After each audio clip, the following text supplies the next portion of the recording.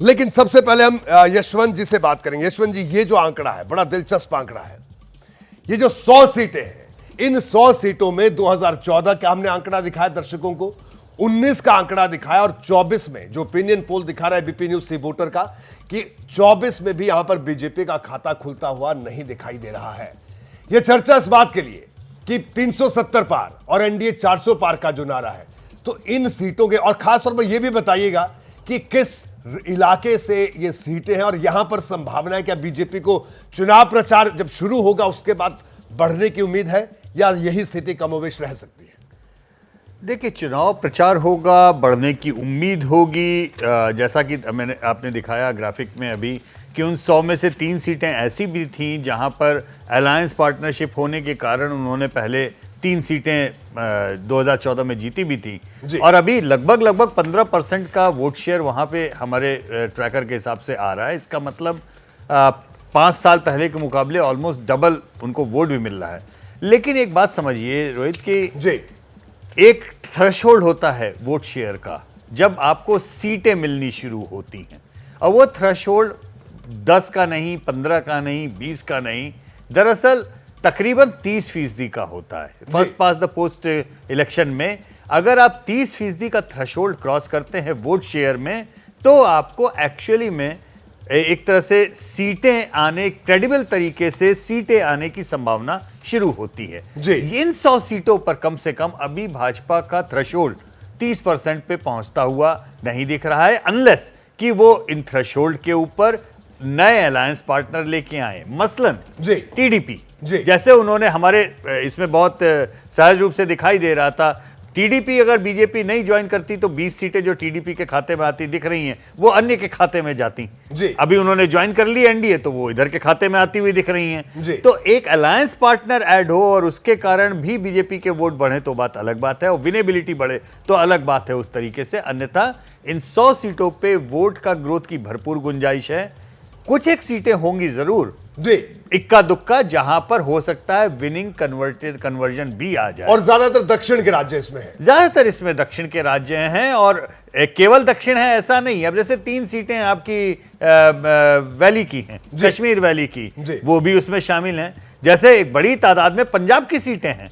पंजाब में 13 में से दरअसल बीजेपी 10 सीटों पे लड़ाई में नहीं रहती है, वो अकाली दल और मुख्य लड़ाई कांग्रेस और आम आदमी पार्टी के बीच में है वहां पर।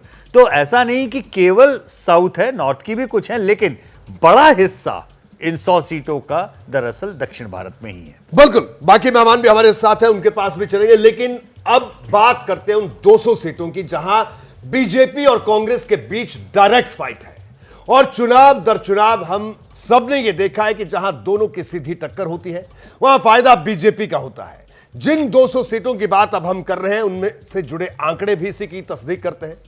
आपको दिखाता हूं कि 2014 के लोकसभा चुनाव में इन 200 सीटों पर बीजेपी का वोट शेयर 49.7% रहा था और उसने 171 सीट जीती थी।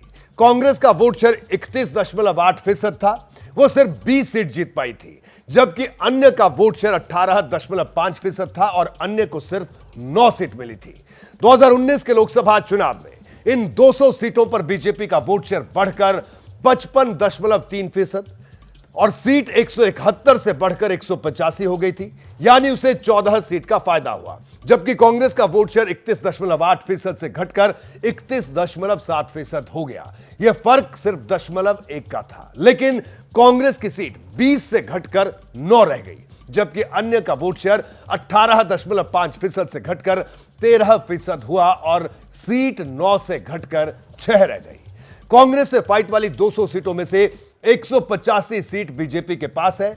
कुछ लोग कह सकते हैं कि बीजेपी यहां सैचुरेशन पॉइंट पर है, लेकिन पार्टी की आक्रामक रणनीति को देखते हुए तो यही लगता है कि कांग्रेस जरा भी कमजोर पड़ी तो बीजेपी यहां अपनी सीट बढ़ाने की कोशिश करेगी और इस कोशिश में लगेगी। मैं तमाम मेहमानों के पास भी चलूंगा, लेकिन यशवंत, एक बार फिर इस दौर की चर्चा की शुरुआत आपसे करूंगा। जिन 200 सीटों का हम जिक्र कर रहे हैं, 185 अभी वही बीजेपी के पास वो है, लेकिन इस बार इन सीटों पर जो स्थिति, जो हमारा ओपिनियन पोल दिखा रहा है, जो प्रोजेक्शन, उसको भी हम लोग एक बार दिखा दें कि इस बार के ओपिनियन पोल में उन सीटों पर क्या स्थिति है।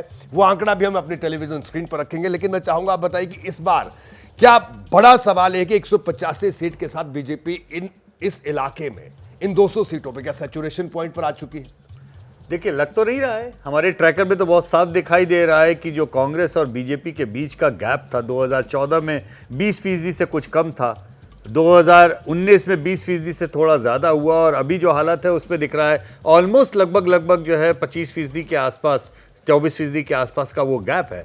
यानी 20% के ऊपर का गैप ये पिछले 10 साल से बना हुआ है, बरकरार है, और उसमें कोई कमी नहीं आ रही है। तो अगर इस गैप में कोई कमी नहीं आती तो जहां बाइपोलर कंटेस्ट है, first past the post system है, जहां 2% 3% से भी सीटें एक तरफ झुक जाती हैं, 20% के वोट शेयर के गैप के बाद में वोट किसी भी तरीके का कांग्रेस के लिए सीटों का की बढ़ोतरी, मेरे ख्याल से वो थोड़ी थोड़ा दिक्कत का काम है। वो जब तक कि ये गैप कम नहीं होता, कांग्रेस के वोट इन जगहों पे बढ़ के 40% या उससे ऊपर नहीं होते और बीजेपी के वोट 55% से घट के 40 तक नहीं आते, तब तक सीटें फ्लिप होना लगभग नामुमकिन है इस पर्टिकुलर जोन में, जो कि जोन 2 है, जहां पे 200 सीटें आती।